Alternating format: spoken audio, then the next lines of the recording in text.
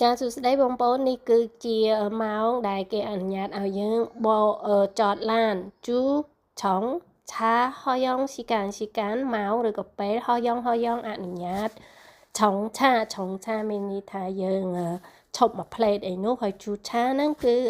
ចតឡានហ្នឹងតែម្ដងហើយនៅម៉ោងប៉ុន្មានអូចន់11시 30분 오후 2시 청각នៅម៉ោង11:30 នាទី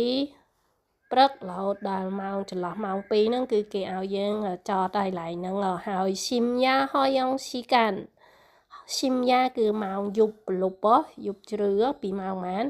ម៉ោង10ទៅម៉ោង6ព្រឹកអញ្ចឹងណាអញ្ចឹងបើសិនជាមិនកន្លែងហ្នឹងភាគច្រើននៅតាមផ្លូវធម្មតាបងប្អូនអាហ្នឹងពេលពួកអីទូទៅនៅក្នុងប្រទេសកូរ៉េពេលផ្លូវធម្មតាវាមានស៊ីតាំងស៊ីអីភូមិនីយដ្ឋានច្រើនអញ្ចឹងនៅម៉ោងបាយគេអនុញ្ញាតឲ្យចតអត់មានផាកមានអីទេ